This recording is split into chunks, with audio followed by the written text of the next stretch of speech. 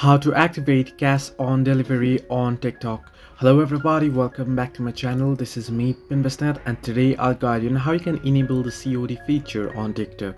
Now first things first, you'll have to enable the particular COD feature for a specific product. It'll be available for customers to choose during their purchase process.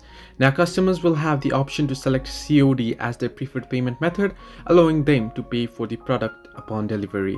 You can simply go to the TikTok Shop dashboard and then click on the manage to access the product settings. Now unfortunately the TikTok Shop is unavailable in my region, so I'll just be guiding you through. Now once you go to the TikTok Shop dashboard and then click on the manage option there, then if you want to add a new product, you can click on add product and provide the necessary details. Now to edit an existing product, you can select the product you wish to modify and click on edit.